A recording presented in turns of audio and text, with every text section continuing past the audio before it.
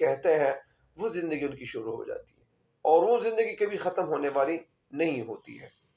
لہذا دنیا کی زندگی سے وہ زندگی ہزار درجے بہتر ہے۔ اللہ تعالیٰ ہم سب انسانوں کو دنیا اور آخرت دونوں جہانوں میں کامیابی عطا کرے۔ دنیا اور آخرت دونوں جہانوں میں اللہ تعالیٰ ہمیں کامیابیاں اور فتحیابیاں اور کامرانی اللہ تعالیٰ ہمیں نصیب کرے، تاکہ ہماری دنیا کی زندگی بھی اچھی ہو اور آخرت کی زندگی بھی اچھی ہو۔ ہمیں صرف دنیا کی زندگی کو بہتر کرنے کے لیے سوچنا نہیں چاہیے، بلکہ آخرت کی زندگی کے حوالے سے بھی ہمیں سوچنا چاہیے۔ دنیا کی زندگی تو کچھ دن کی ہے اور چند دن کی زندگی ہے، جبکہ آخرت کی زندگی وہ ہمیشہ والی زندگی ہے، اور وہاں پہ انسان جب ایک دفعہ چلا جائے گا تو وہ وہاں سے پھر کبھی نہیں آ سکے گا، اور وہ ہمیشہ ہمیشہ کے لیے وہاں ہوگا۔ جس طرح جب دریا سمندر میں گرتا ہے تو ظاہر طور پر تو یہ نظر آ جاتا ہے کہ دریا کی حیثیت ختم ہو جاتی ہے، لیکن حقیقت میں دریا کی حیثیت ختم نہیں ہوتی، بلکہ وہ دریا جس کی حیثیت ہم ختم ہونے کی طرف دیکھتے ہیں اور ہمیں وہ حیثیت ختم ہوتی ہوئی دکھائی دیتی ہے، لیکن وہ سمندر میں ضم ہو جاتا ہے اور اس سمندر کا حصہ بن جاتا ہے، اور اس کی گہرائی اور وسعت میں اضافہ ہو جاتا ہے۔ مطلب کہنے کا مقصد یہ ہے کہ انسان کی جو زندگی ہے وہ جب ختم ہو جائے، فنا ہو جائے، تو وہ زندگی فنا نہیں ہو جاتی ہے، بلکہ یہاں پہ انسان مر تو جاتا ہے، لیکن ان کی جو دوسری زندگی ہوتی ہے وہ دوبارہ شروع ہو جاتی ہے۔ یہاں ختم جب ہو رہی ہوتی ہے وہاں شروع ہو جاتی ہے، تو اسی وجہ سے انسان کو مرا ہوا نہیں کہا جا سکتا، اس کی گہرائی اور وسعت میں اضافہ ہو جاتا ہے۔ اسی طرح موت کے بعد میں فنا نہیں ہو جاؤں گا، بلکہ مجھے بھی ہمیشہ کی زندگی مل جائے گی، میں بھی آخرت کے سمندر میں جذب ہو جاؤں گا، یا میں بھی آخرت کے سمندر میں ضم ہو جاؤں گا، ایبزارب ہو جاؤں گا۔ وقول علم اقبال رحمۃ اللہ علیہ، علم اقبال رحمۃ اللہ کا ایک شعر ہے اس حوالے سے: جوہر انسان فنا سے آشنا ہوتا نہیں، جوہر انسان یا جوہر انسان فنا سے آشنا ہوتا نہیں، آنکھ سے غائب تو رہتا ہے فنا ہوتا نہیں۔ یعنی شاعر احمد ندیم قاسمی ہمیں کہنا یہ چاہتے ہیں کہ موت سے انسان کا ظاہری وجود ختم ہو جاتا ہے، لیکن اس کی شخصیت فنا نہیں ہوتی۔ ان کی جو ڈیڈ باڈی ہے وہ تو آخرت کی زندگی ان کو ملنا شروع ہو جاتی ہے۔ اس حوالے سے شاعر نے دنیاوی زندگی کے لیے دریا کا استعارہ استعمال کیا ہے۔ استعارہ وہ لفظ جب کسی لفظ کی جگہ استعمال کیا جائے۔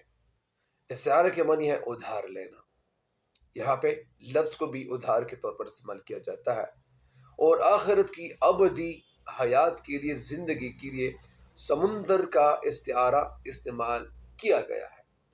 شاعر نے اس حقیقت کو واضح کیا ہے کہ اگرچہ لوگ موت کو زندگی کا خاتمہ سمجھتے ہیں، یہ زیادہ تر لوگ یہ سمجھتے ہیں، شاعر یہ سمجھتے ہیں کہ شاعر نے اس حقیقت کو واضح کیا ہے، اس حقیقت کا اظہار کیا ہے کہ اگرچہ لوگ موت کو زندگی کا خاتمہ سمجھتے ہیں کہ موت کی وجہ سے انسان کی زندگی ختم ہو جاتی ہے، لیکن حقیقت میں موت فانی زندگی سے ابدی حیات، ابدی زندگی میں داخل ہونے کا نام ہے۔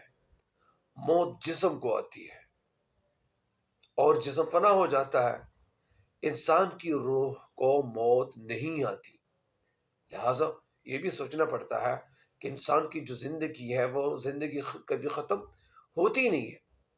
جسم تو فنا ہو جاتا ہے، لیکن روح ہمیشہ باقی رہتی ہے۔ موت کے بعد ایک دوسری زندگی کا آغاز ہو جاتا ہے، اور جو دنیا کی زندگی سے بہتر ہے۔ یعنی انسان کی جو زندگی ہے وہ ختم کبھی ہوتی نہیں۔ انسان کی ڈیڈ باڈی یہاں سے چلی جاتی ہے، وہ فنا تو ہو جاتا ہے، لیکن انسان بالکل فنا نہیں ہوتا ہے۔ جس طرح میں اقبال یہاں پہ ایک اور شعر نقل کروں، ان کا ایک شعر ہے: موت کو سمجھے ہیں غافل اختتامی زندگی، موت کو سمجھے ہیں غافل اختتامی زندگی، ہے یہ شام زندگی صبح و دوام زندگی. یعنی موت کو سمجھے ہیں غافل اختتامی زندگی، یعنی انسان نے غافل اختتامی زندگی، یعنی غافل انسان نے موت کو، یعنی موت کو سمجھے ہیں غافل اختتامی زندگی، یا غافلت، یا غافل لوگوں نے، یا اس طرح انہوں نے موت کو اختتام کہا ہوا ہے کہ یہ زندگی کا اختتام کرتا ہے، لیکن ہے ایسا نہیں.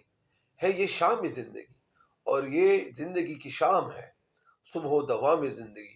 اور یہ جو زندگی ہے، دوام کا مطلب ہمیشہ کی زندگی، مطلب یعنی یہ ہمیشہ صبح ہو یا صبح ہے. اسی طرح انسان کی، مطلب جس طرح شام ہوتی ہے اور صبح ہوتی ہے، تو اسی طرح انسان کی زندگی وہ بھی اسی طرح جاری رہتی ہے. شعر کا دوسرا پہلو یا دوسرا مفہوم یہ بھی ہو سکتا ہے کہ شاعر نے اس شعر میں صوفیانہ فلسفہ وحدت الوجود کو بیان کیا ہے. اس کی روح سے اللہ کی ذات کل ہے، اور کائنات میں موجود تمام چیزیں جزو ہے.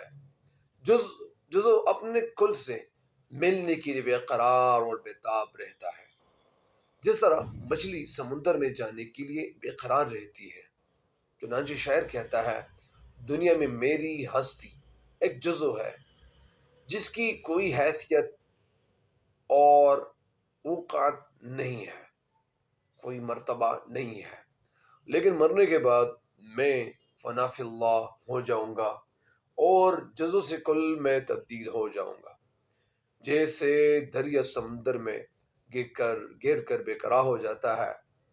اور اس حوالے سے صوفیوں کو ایک قول بھی ہے، اور وہ قول ان کا یہ ہے کہ صوفیہ وہ لوگ ہوتے ہیں جو اگر وہ اللہ تعالیٰ کی عبادت بھی کر رہے ہوتے ہیں، ذکر اذکار بھی کر رہے ہوتے ہیں، لیکن کچھ صوفیہ جو شاعر گزرے ہیں تو وہ ان کی شاعری میں اللہ تعالیٰ کی جو صفات ہے وہ بیان کرتے ہیں.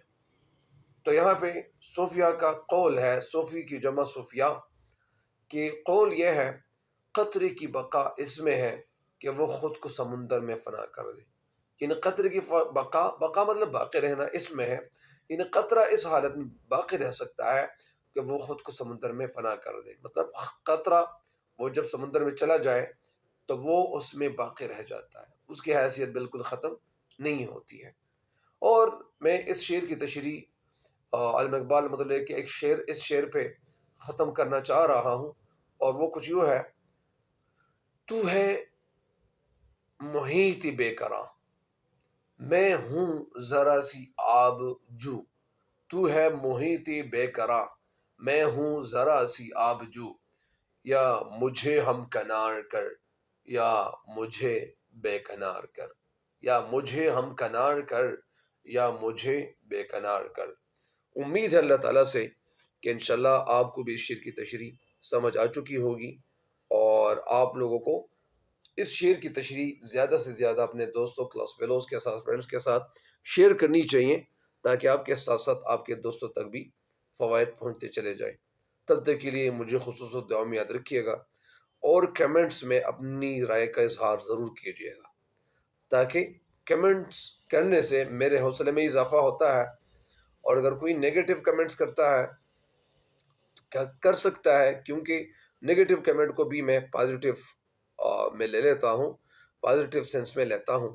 اس لیے لیتا ہوں کہ انسان غلطیوں کا مطلب پتلا ہے، اور انسان سے بہت زیادہ غلطیاں ہو سکتی ہے. اور بہت سارے لوگوں نے کمنٹس کیے ہوئے ہیں کہ مطلب آپ کی جو اردو ہے اس میں تسلسل نہیں ہے، اس میں تواتر نہیں ہے، اور یہ مسلسل آپ مطلب نہیں بول سکتے. تو ان کی باتیں بالکل صحیح تھیں، کیونکہ آغاز میں جب میں نے اس چینل کا، اللہ تعالیٰ کا شکر ہے لاکھ لاکھ، کہ آغاز کیا تھا تو اس وقت مطلب میری اردو اتنی اچھی نہیں تھی. تو یہ آپ لوگوں کی دعاؤں کی وجہ سے، آپ لوگوں کی کمنٹس کی وجہ سے، اس حوالے سے میں نے سوچنا شروع کر دیا. اللہ تعالیٰ نے میرے ذہن میں یہ بات ڈال دی کہ آپ کی جو اردو ہے، تیری جو اردو ہے وہ بہت زیادہ کمزور ہے، لہٰذا اس اردو کو پروان چڑھانے کے لیے، اس کی ترویج کے لیے، اس کو بام عروج پر پہنچانے کے لیے تجھے بے انتہا محنت کرنی چاہیے، تو لہٰذا اس حوالے سے محنت شروع کی، اور امید ہے کہ انشاءاللہ میری اردو میں بہت زیادہ تبدل اور تغیر آتا گیا، تبدیلی آتی گئی۔ ایک بات یہ بھی ہے کہ اگر میں زیادہ سخت الفاظ، مشکل الفاظ کی طرف جاؤں گا تو بہت سارے طلباء کو بالکل سمجھ نہیں آئے گی، ان کو پھر مطلب ظاہری بات ہے کہ ان کے لیے مشکل ہوگی، اور یہ مشکل نہیں چاہیے کہ کسی اسٹوڈنٹ کو یا اسی طرح ہو۔ لہٰذا زیادہ تر جب وہ الفاظ کا استعمال کرتا ہوں تو کوشش کرتا ہوں کہ آسان الفاظ کی طرف چلے جاؤں، تاکہ آپ لوگوں کا فائدہ ہو اور آپ لوگوں کا قیمتی وقت ضائع نہ ہو۔ لہٰذا اسی وجہ سے زیادہ تر آسان الفاظ کی طرف لیے آپ لوگوں کو لیے چلتا ہوں۔ تو لہٰذا امید ہے کہ انشاءاللہ آپ کو میری یہ ویڈیو پسند آئے گی۔ تب تک کے لیے مجھے خصوص دعاؤں میں یاد رکھیے گا۔ اللہ نگہبان۔